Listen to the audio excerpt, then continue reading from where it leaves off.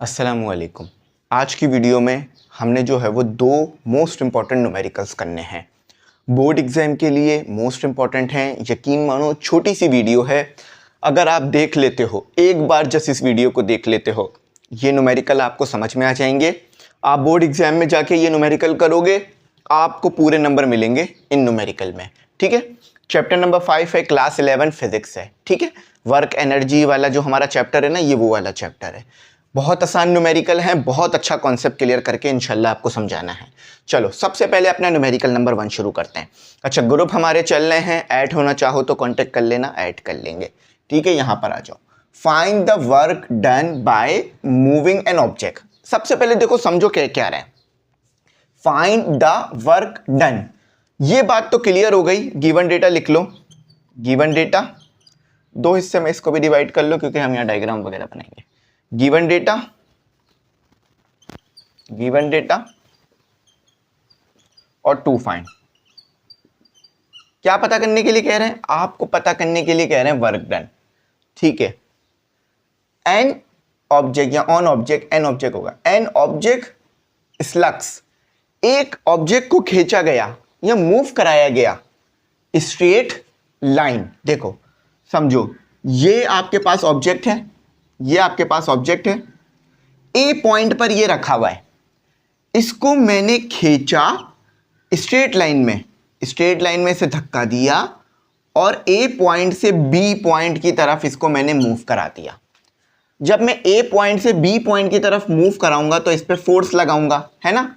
Force लगने की वजह से ऑब्जेक्ट इस पॉइंट पर आएगा। अच्छा, अब इस पॉइंट पर पोजीशन क्या थी? देखो पोजीशन कैसे निकलेगी, ये एक्स एक्सिस है, ये एक्स एक्सिस है, ये वाई एक्सिस है, ये जेड एक्सिस है। X axis, Y axis, Z axis. तो इस पॉइंट पे अगर मैं हूं या इस पॉइंट पे अगर मैं हूं तो एक्स में कोई पोजीशन है, जेड में कोई पोजीशन है और वाई के रिस्पेक्ट से कोई पोजीशन होगी। तो वही पोजीशन आपको दे दी गई है। ए पॉइंट पे क्या पोजीशन थी? अच्छा याद रखना, ए पॉइंट पे जो पोजीशन थी उसे हम R1 कहेंगे, इनिशियल पोजीशन। रेडियस नहीं है, पोजीशन है। 3, 2 और -1। ये डायग्राम अगर बना लोगे तो ज़्यादा अच्छा समझ आएगा। R2। अच्छा, जब आप ए पॉइंट से फिर बी पॉइंट की तरफ चले गए तो क्या पोजीशन आई? 2, -1 और 4। अब आपने क्या करना है? आपने ए से लेकर बी तक का डिस्टेंस कैलकुलेट करना है सबसे पहले। ठीक है, जिसे हम कहेंगे एस। एस कैसे निकलेगा? R2 - R1। देखो एस क्या है? दो डिस्टेंस के दरमियान डिफरेंस। अब देखो ये वाला डिस्टेंस आपको पता है, याद रखना, ये वाला डिस्टेंस और ये वाला डिस्टेंस किसी एक पॉइंट के रिस्पेक्ट से है।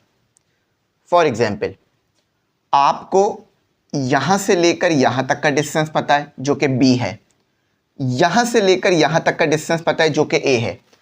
अगर मैं बी में से ए को माइनस कर दूं तो इतना डिस्टेंस बचेगा, ये वाला डिस्टेंस कैंसिल हो जाएगा। जरा समझो, बात समझो। देखो आपको ये डिस्टेंस पता है जो कि बी है, आपको ये डिस्टेंस पता है जो कि ए है।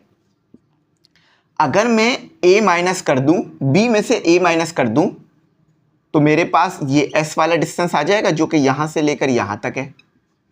तो S is equal to B minus A. B बड़ा है इसीलिए पहले रखा है, ए छोटा है। तो यहां भी बिल्कुल ऐसे ही हुआ। समझ लो ये आपका पॉइंट था ओरिजिन का, आपको यहां से लेकर बी तक का डिस्टेंस पता था, आपको यहां से लेकर ए, तो बी में से ए अगर मैं माइनस करूंगा तो सिर्फ इतना डिस्टेंस बच जाएगा, क्योंकि आपने मोशन यहां से लेकर यहां तक किया है। समझ में आ गया?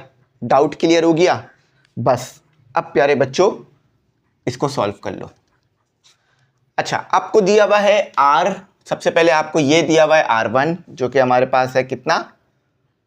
3, 2, -1। R2 कितना दिया हुआ है? 2, -1 और 4। ठीक है, फोर्स कितनी दी हुई है? 4 आयोटा -3J + 2K। ठीक है, के भी लगा लो। अच्छा, अब निकालना क्या है? वर्क। सॉल्यूशन करते हैं। वर्क का फॉर्मूला क्या है? फॉर्मूला ऑफ वर्क डन या वर्क कह लो। वर्क का फॉर्मूला है W is equal to F dot S. F आपको पता है, एस का मसला आ रहा है, एस निकालते हैं। फॉर एस, एस के लिए हमें पता है क्या है, R2 माइनस R1। R2 कितना दिया हुआ है? अच्छा एक बात समझो, ये कोऑर्डिनेट में लिखा हुआ है, ठीक है, पॉइंट्स में लिखा हुआ है, इसको हम आई जे के में लाते हैं। अब देखो आई जे के में कैसे लेकर आया जाएगा, R1 को आई जे के में लेकर आते हैं, ये 3, एक मिनट दूसरे मार्कर से करते हैं क्योंकि इसमें इंक अभी ना अभी भरी है तो ये आई नहीं। देखो अब ज़रा समझो आई जे के में कैसे आएगा, क्योंकि देखो ये ऐसे दिया हुआ है ना R1, हमें जो R1 है ना वो आई जे के में चाहिए ताकि हम डॉट प्रोडक्ट ले सकें, समझे। देखो अब आई जे के में कैसे आएगा, 3 2 -1, सही है। अब आई जे के में लाने के लिए आपने पता है क्या करना होगा, कॉमे को हटा देना होगा।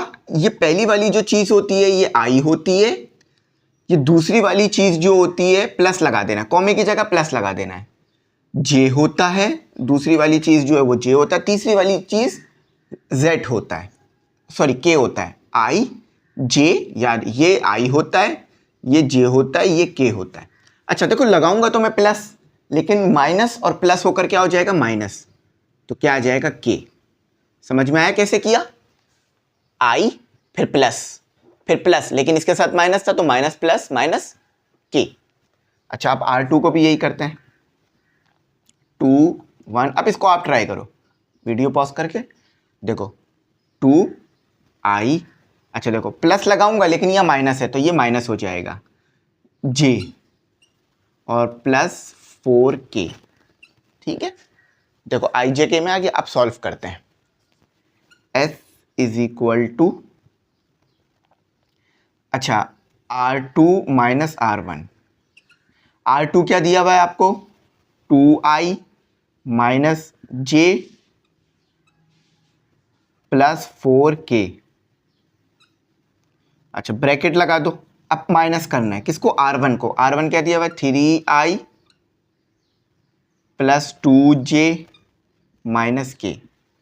देखो ये R2 आ गया, ये R1 आ गया। अब इन्हें सॉल्व कर लो, तो 2i माइनस जे प्लस 4k।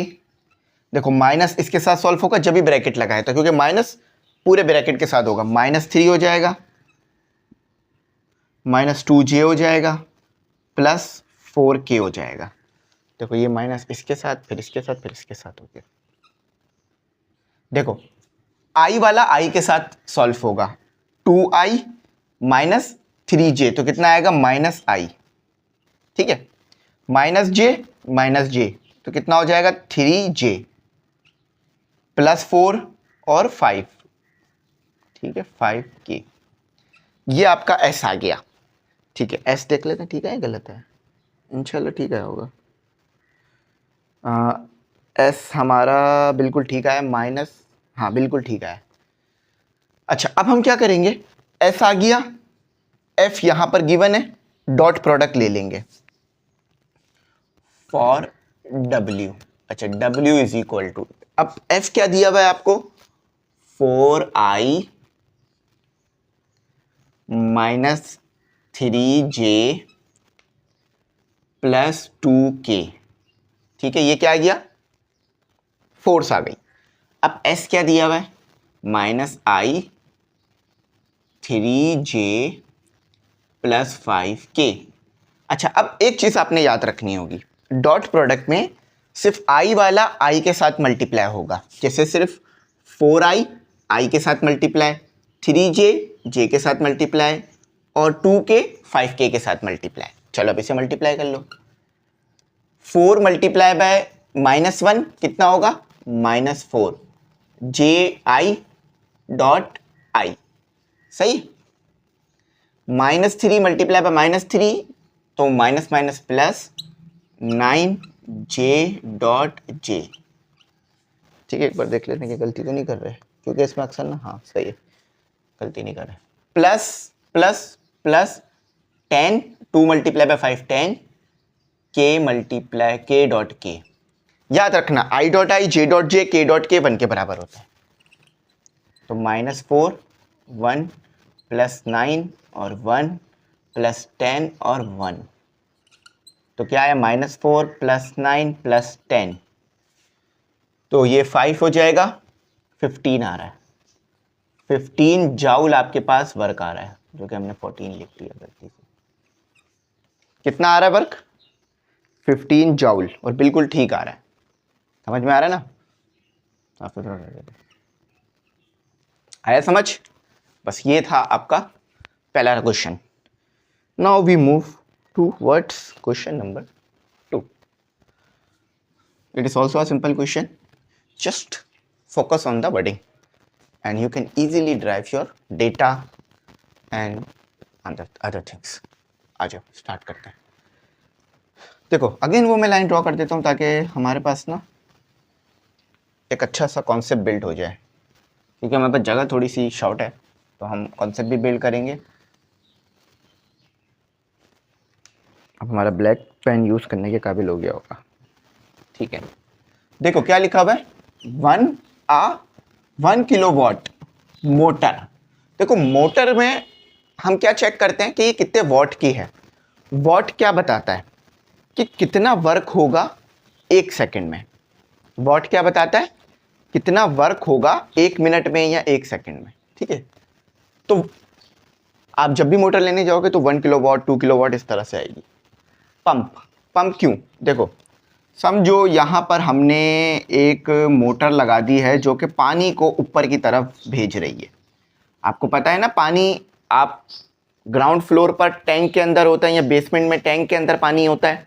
उस पानी को आप खींचते हो और कहाँ पर भेजते हो? छत के ऊपर, ताकि हाई पोटेंशियल पे पानी चला जाए और जब आप नलका खोलो पानी आपके नलकों में आ जाए, ठीक है। तो गिवन डेटा देख लेते हैं।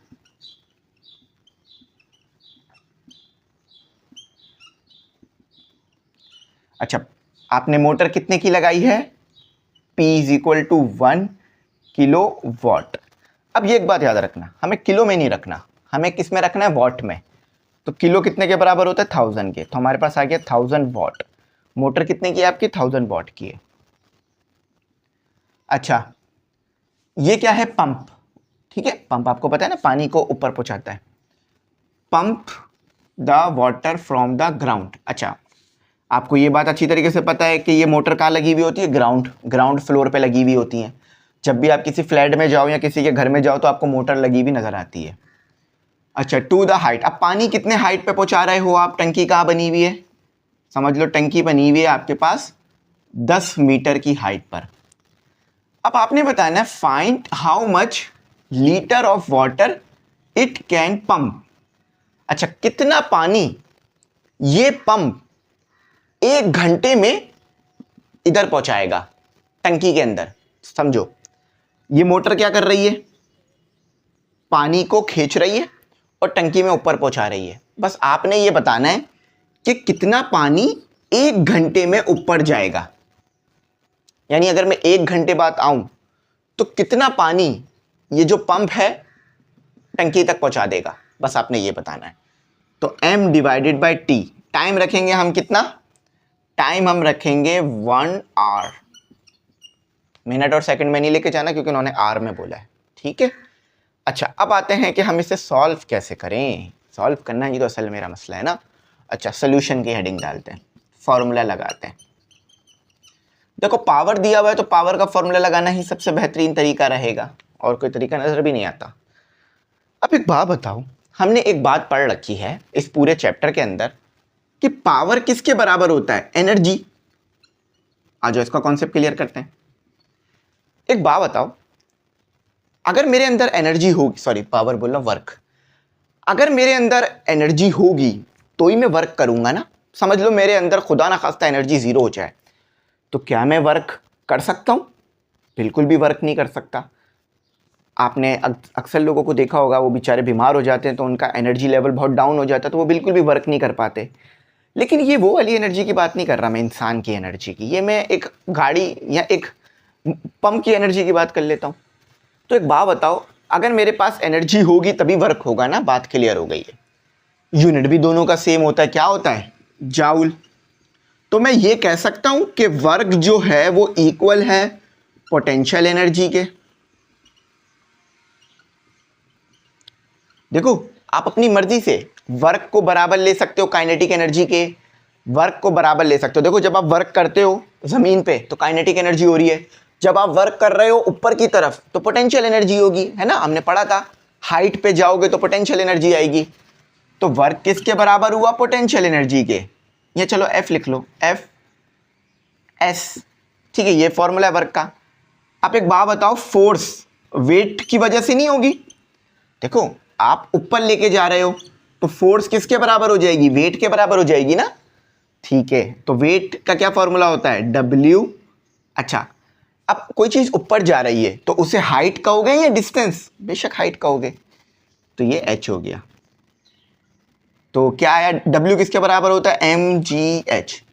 समझ में आया कि W को कैसे मैंने mgh के बराबर लिया, ठीक है, रट्टा नहीं लगाना। तो पुट इन इक्वेशन 1, इधर पुट करो तो क्या आएगा आपके पास, P is equal to mgh upon t। सही है, क्या चाहिए, m अपॉन टी, तो gh को नीचे ले आओ, P divided by gh is equal to m upon T. ठीक है, m अपॉन टी, P क्या है 1000, G क्या है 9.8 और मल्टीप्लाई बाय कितना है, मल्टीप्लाई बाय 1000 ही आएगा, सॉरी 10 आएगा, ठीक है। तो ये आपका जो है वो इतना यहाँ तक हो गया। आप इसको फर्दर सॉल्व कर दो। तो स्टूडेंट अब इसको जो है वो सॉल्व कर लेते हैं। इसको जब हम सॉल्व करेंगे तो हमारे पास जवाब आएगा m upon T equal to 10.20 kg पर सेकेंड। अब देखो सेकेंड में क्यों आ रहा है, पावर किस में रखी है, वॉट में रखी है ना। तो वॉट किसके बराबर होता है, याद रखना, वॉट आपके पास बराबर होता है जूल पर सेकेंड के। वॉट इसी के बराबर होता है ना, जाउल पर सेकेंड। तो आपका जो आंसर है वो जाउल पर सेकेंड, केजी पर सेकेंड में आ रहा है। अब इसको सेकेंड में नहीं चाहिए हमें इसे चाहिए आर में। तो आर में ले जाने के लिए हमें क्या करना पड़ेगा, याद रखना, देखो बहुत बेसिक कॉन्सेप्ट है। आपने वॉट रखा है ना, वॉट पावर का यूनिट क्या रखा है, वॉट रखा है, वॉट। वॉट किसके बराबर होता है, जाउल पर सेकेंड के। तो आपका तो आंसर सेकेंड में आना चाहिए। तो अब इसको हमें आर में ले जाना है। आर में ले जाने के लिए सिंपल है, यहां पर 3600 मल्टीप्लाई करा दो। 3600 जब मल्टीप्लाई कराओगे तो ये सेकेंड से आर में आ जाएगा। तो 10.20 मल्टीप्लाई बाय 3600। अब आपका आंसर किस में चला जाएगा, अब आपका आंसर आर में चला जाएगा, ठीक है। तो 10.20 मल्टीप्लाई बाय 3600, तो हमारा जवाब आ रहा है, 1 मिनट रुको ज़रा, 10.20 मल्टीप्लाई बाय 3600, तो आपका आंसर आ रहा है 36720। ये आपका आंसर आ रहा है। अब आंसर आएगा आपके पास केजी पर आर में। अब देखो एक बात याद रखना, 1 लीटर 1 केजी के बराबर होता है। तो मैं इसका यूनिट ये लिख सकता हूं, लीटर, LITER, लीटर्स, ठीक है, क्योंकि आपको उन्होंने कहा था लीटर्स में जवाब दो, लीटर में। तो याद रखना, हमेशा याद रखना जिंदगी में कि 1 लीटर 1 केजी के बराबर होता है। तो आप यहां केजी हटाकर लीटर लिख सकते हो, ठीक है। तो इतना पानी ऊपर जा रहा है कितने टाइम में, 1 घंटे के अंदर, ठीक है। लीटर पर आर करना है इसे। तो ये हमारा जो है वो फाइनल आंसर है। अच्छा, अगर आप थोड़ा राउंड ऑफ करोगे ना, मतलब अगर यहां पर 3600 मल्टीप्लाई करा दोगे, समझाने के लिए कर रहा हूं, तो आंसर थोड़ा सा चेंज होगा, वो मैं चेंज वाला ही लिख देता हूं। 367 तो सेम रहेगा क्योंकि हमने कुछ डेसिमल पॉइंट्स यहां पे कम ले लिए हैं। तो 34 इस तरह से जवाब आ जाएगा। ये मैं बुक जैसा बना रहा हूं। आप दोनों तरीके से लिखोगे सही आएगा आंसर आपका। ठीक है, आई होप ये समझ में आ गया हो आपको। तो यहीं तक रखते हैं। Thanks for watching. अल्लाह हाफिज़।